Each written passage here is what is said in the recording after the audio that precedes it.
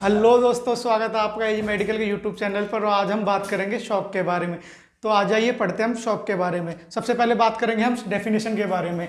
It is define as, बताया जा सकता है, a failure of circulatory system, मतलब सर्कुलेटरी सिस्टम का फेलियर होना through maintain adequate perfusion of the vital organ. मतलब सर्कुलेटरी सिस्टम का फेलियर कैसे हुआ कि मेंटेन नहीं कर पा रहा है किस चीज को, जो हमारी बॉडी की नीड्स हैं उनको फुलफिल नहीं कर पा रहा है, तो इसको क्या बोलेंगे, सर्कुलेटरी सिस्टम का फेलियर। तो आइए इसके बारे में हम समझते हैं क्या होता है। मानिए हमारा सर्कुलेटरी सिस्टम है और ये हमारी बॉडी की नीड्स है। अब सर्कुलेटरी सिस्टम में जैसे ब्लड है, तो ब्लड अपन को बॉडी की जरूरत है ब्लड की। अब ये ब्लड अपने तक नहीं पहुंच पा रहा है, तो इसको सर्कुलेटरी सिस्टम का फेलियर हो गया, जिसकी वजह से क्या हुआ, हमारी बॉडी को जिस चीज़ की नीड थी वो हम तक नहीं मिल पा रही। तो ऐसे कंडीशन को क्या कहते हैं हम, शॉक। तो हम इसके शॉक के टाइप के बारे में बात करते हैं। फर्स्ट टाइप के बारे में हम बात करते हैं कार्डियोजेनिक शॉक।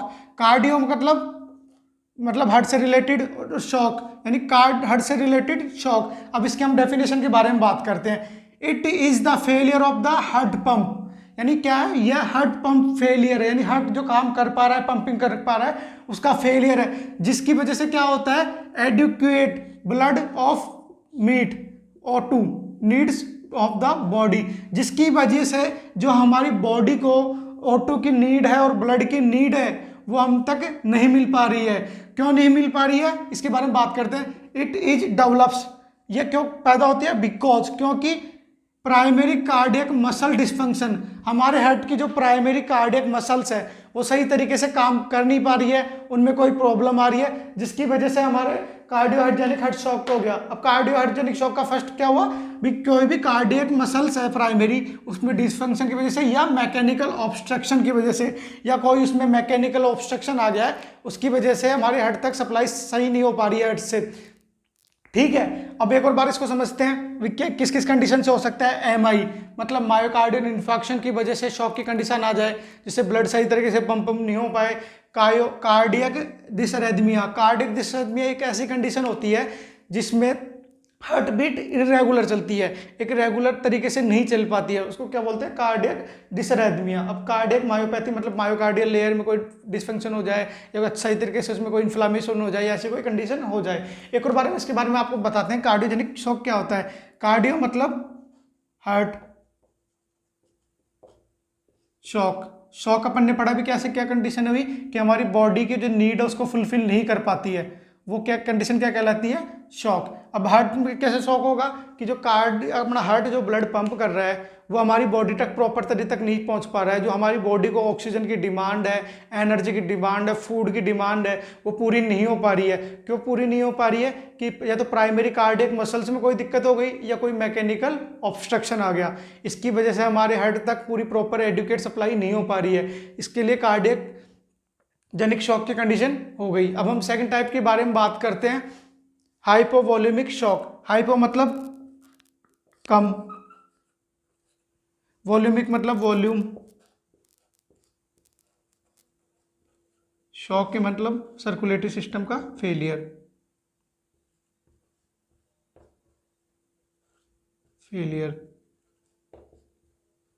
अब इसकी डेफिनेशन के बारे में बात करते हैं।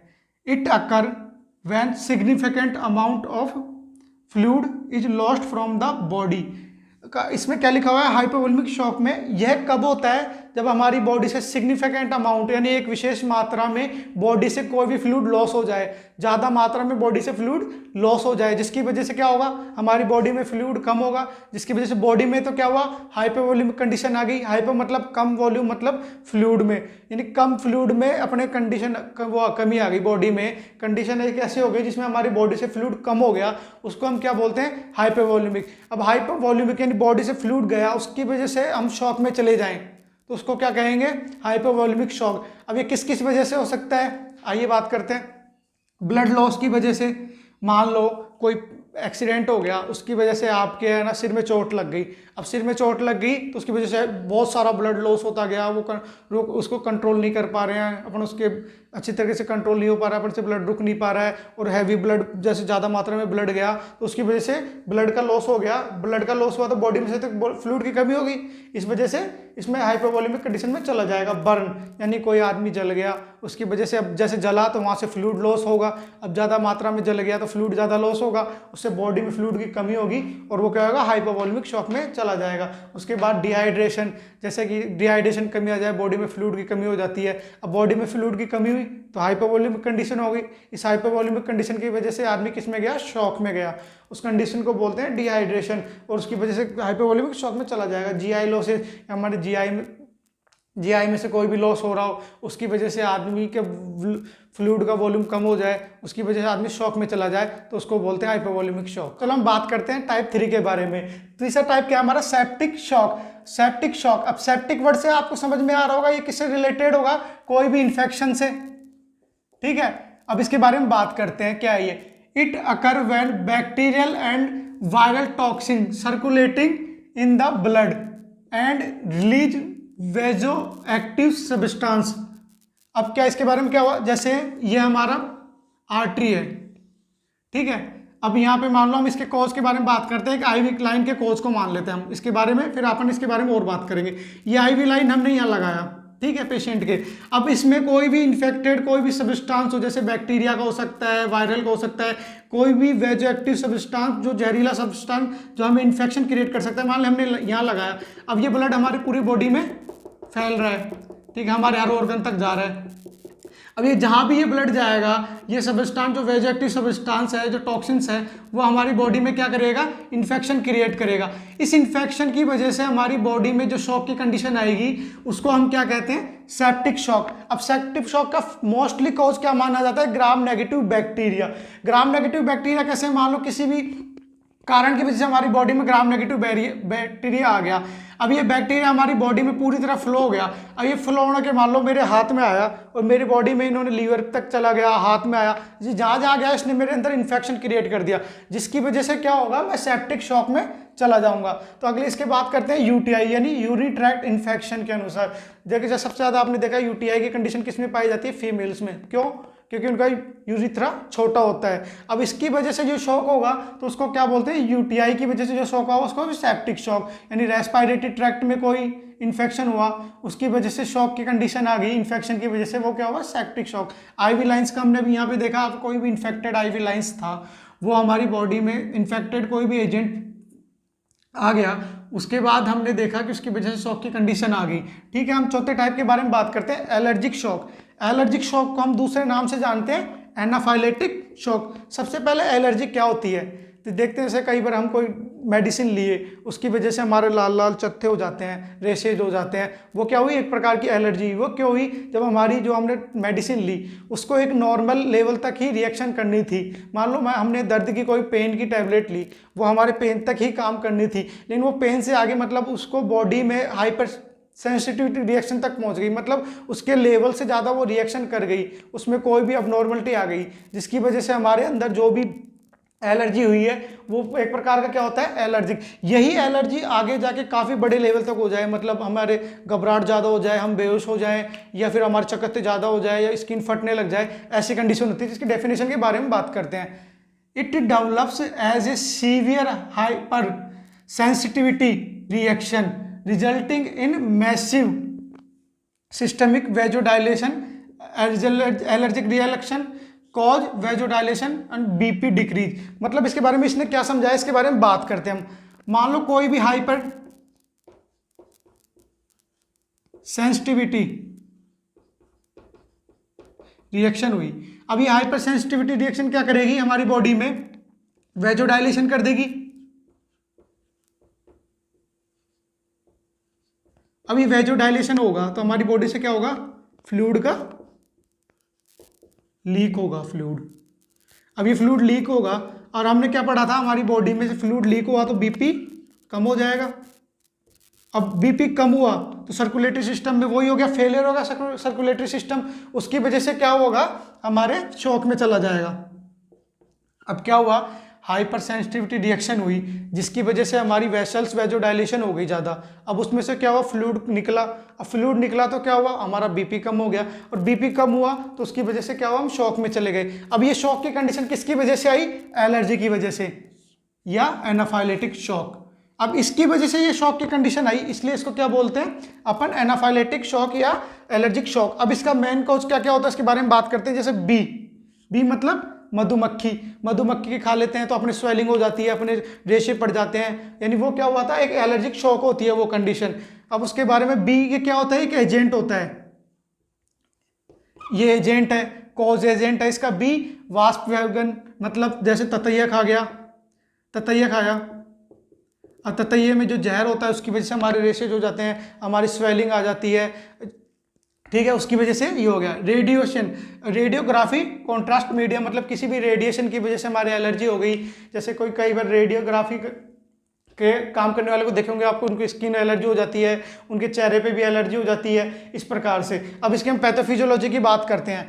ड्यू टू इटियोलॉजिकल फैक्टर, कौन से इटियोलॉजिकल फैक्टर जो एलर्जिक कॉज करेंगे, उन कॉज की वजह से क्या होगा, हमारी ब्लड वेसल डायलेशन हो जाएगी। मान लो ये ब्लड वेसल्स है, अब ये डायलेट हो गई, अब ये ब्लड वेसल डायलेट हो गई, इसमें से क्या होगा, फ्लूइड बाहर आएगा। अब फ्लूइड बाहर आएगा तो फिर क्या होगा, बीपी कम होगा, और बीपी कम होगा तो शॉक होगी। और हमने क्या पढ़ा था कि सर्कुलेटरी सिस्टम में फेलियर हो जाता है, जो हमारी बॉडी को डिमांड चाहिए वो कंप्लीट नहीं हो पा रही है, उसकी वजह से कोई भी कंडीशन उसको हम क्या कहते हैं, शॉक। अब ये शॉक किसकी वजह से हुआ, एलर्जी की वजह से, इसलिए हम इसको कहते हैं एलर्जिक शॉक। हम नेक्स्ट बात करते हैं उसके अगले टाइप की। अगला टाइप क्या है, न्यूरोजेनिक शॉक। न्यूरोजेनिक मतलब आप समझ पा रहे हो कि न्यूरोजेनिक से, न्यूरो से संबंधित यानी ब्रेन से या स्पाइनल कॉर्ड से संबंधित होगा ये चीज, तो इसकी डेफिनेशन के बारे में बात करते हैं। Shock due to decrease peripheral resistance cause by the damage of either brain और स्पाइनल कॉर्ड। क्या हुआ, किसकी वजह से शॉक हुआ, कि ब्रेन और स्पाइनल कॉर्ड में डैमेज हो गया, ब्रेन और स्पाइनल कॉर्ड में डैमेज हो, उसकी वजह से क्या हुआ कि पेरिफेरल रेजिस्टेंस कम हो गया, पेरिफेरल रेजिस्टेंस कम हुआ, तो उसकी वजह से क्या होगा कि हाइपोटेंशन वाली कंडीशन आ जाएगी। हाइपोटेंशन वाली कंडीशन आएगी तो व्यक्ति किस में चला जाएगा, शॉक में। अब आगे के बाद decrease vasodilation and subsequent pulling blood with in vessels result in hypotension and warm dry and pink skin shock. मतलब जैसे मान लो ये ब्रेन है और ये हमारी वेसल्स है, अब ये ब्रेन इन पे वर्क कर रहा था, ठीक है, अब उसकी वजह से क्या हुआ, ब्लड आ रहा था इसमें से, अब इसमें से ब्लड आ रहा था, यदि ब्रेन डैमेज हो गया, ये ब्रेन डैमेज हो गया तो इसका फंक्शन नहीं हो पाएगा, जिसकी वजह से ब्लड इनमें वेसल्स में फ्लो नहीं हो पाएगा सही तरीके से। अब ये सही तरीके से फ्लो नहीं हो पाएगा तो यहाँ पर बॉडी पे इसकी जहाँ की जरूरत है वहाँ पे ये नहीं जा पाएगा, उसकी वजह से क्या हुआ, सर्कुलेटरी सिस्टम में प्रॉब्लम आ गई, तो उसकी वजह से क्या हुआ, न्यूरोजेनिक शॉक की कंडीशन आई, क्योंकि बीपी कम हो गया, हाइपोटेंसिव वाली कंडीशन आ गई, उसकी वजह से शॉक में गया। क्यों, क्योंकि ब्रेन डैमेज हो गया, brain and spinal cord damage हुई, जिसकी वजह से ब्लड पुलिंग नहीं हो पाया, और पुलिंग नहीं हो पाया तो ब्लड वेसल्स में भी नहीं पहुंच पाया, जिसकी वजह से हाइपोटेंसिव कंडीशन आ गई। अब इसके हम साइन सिम्टम के बारे में बात करते हैं। फेलियर ऑफ ऑर्गन्स, ऑर्गन्स का फेलियर होना। अब मोस्टली कौन से ऑर्गन फेल होंगे, जो वाइटल ऑर्गन्स है, जैसे कि किडनी फेल होगी, ब्रेन, हार्ट और लंग्स इनके फेल होगी। उसके बाद नॉर्मल कौन कौन से हो सकते हैं साइन सिम्टम, रेस्टलेसनेस मतलब आदमी को घबराहट हो जाएगी, नोजिया वोमिटिंग भी हो सकता है, और उसको चक्कर भी आ सकते हैं, ठीक है। उसके बाद हम बात करते हैं कन्फ्यूजन। व्यक्ति हमेशा उसमें कन्फ्यूजन जैसी कंडीशन में रहेगा, मान लो इसमें कोई डैमेज हो गया उसकी वजह से कन्फ्यूजन रहेगा, या मेरे डिहाइड्रेशन हो गया तो मेरे अंदर एनर्जी नहीं रहेगी उसकी वजह से कन्फ्यूजन रहेगा, या मेरे को इन्फेक्शन हो गया तो उसकी वजह से भी मैं कन्फ्यूज रह सकता हूँ। उसके बाद वीकनेस, जैसे कि मान लो यहाँ पे हाइपोवोलेमिक शॉक पर पढ़ने पड़ा, हाइपोवोलेमिक शॉक में क्या हुआ कि फ्लूइड नीचे लॉस हो गया, हमारा फ्लूइड नॉर्मल लेवल से डिक्रीज हो गया, उसकी वजह से क्या हुआ, हमारी बॉडी में वीकनेस आ गई। रैपिड पल्स यानी किसी भी घबराहट की वजह से हमारी पल्स रैपिड हो जाए, तेज चलने लग जाए, और साइनोसिस यानी ब्लूनेस ऑफ बॉडी, जब ऑक्सीजन ही अपनी बॉडी तक जहाँ पे हमारी डिमांड है वहाँ नहीं पहुँच पाएगी तो उसकी वजह से क्या हुआ, बॉडी ब्लूनेस हो जाएगी, और उसको हम क्या कहते हैं, साइनोसिस। लॉस ऑफ कॉन्शियसनेस, जब हमारा ब्रेन और स्पाइनल कॉर्ड ही डैमेज हो गई तो हम उसके बारे में कहाँ से हम लॉस ऑफ कॉन्शियसनेस हुआ, क्योंकि हमारे ब्रेन और जब स्पाइनल कॉर्ड ही डैमेज हो गई तो व्यक्ति कॉन्शियस नहीं रह पाएगा, तो इसके चक्कर में क्या हुआ, लॉस ऑफ कॉन्शियसनेस। उसके बाद हम मैनेजमेंट की बात करते हैं। इसके मैनेजमेंट क्या हुआ, इसके मैनेजमेंट में पढ़ा हमने मेंटेन हाइड्रेशन। जैसे किसी को हाइपोवोलेमिक शॉक है, अब उसमें हम उसको फ्लूइड देते रहें तो उससे क्या होगा, फ्लूइड की कमी नहीं होगी, और कमी नहीं होगी तो वो शॉक की कंडीशन में नहीं जाएगा। ठीक है, उसके बाद आईवी लाइंस। आईवी लाइंस मतलब उसको फ्लूइड देते रहें, और आईवी लाइंस में अपन को ये भी ध्यान रखना चाहिए कि जैसे सेप्टिक शॉक ना हो जाए तो आईवी लाइंस को पूरे स्टेरलाइज तरीके से यूज करें। ठीक है, O2 मैनेजमेंट मतलब ऑक्सीजन की थेरेपी दी जाएगी, उसको पेशेंट को ऑक्सीजन की थेरेपी दी जाए जिससे ऑक्सीजन ब्लड में जो कम हुआ है उसका लेवल अपन को मिलता रहे और व्यक्ति उसमें शॉक में ना जाए। उसके बाद हम एंटीबायोटिक्स देते हैं सेप्टिक शॉक में। इनमें एनाफाइलेटिक में जैसे कि कोई हाइपर सेंसिटिविटी रिएक्शन हो गई, या फिर कोई इन्फेक्शन हो गया, या कोई अदर इन्फेक्शन कोई भी और कोज की वजह से हो गया जिसमें अपन को एंटीबायोटिक्स की जरूरत होती है, तो हम उसमें एंटीबायोटिक्स देते हैं। तो अब कोई भी आपको दिक्कत हो तो आप कमेंट बॉक्स में बता सकते हैं। धन्यवाद।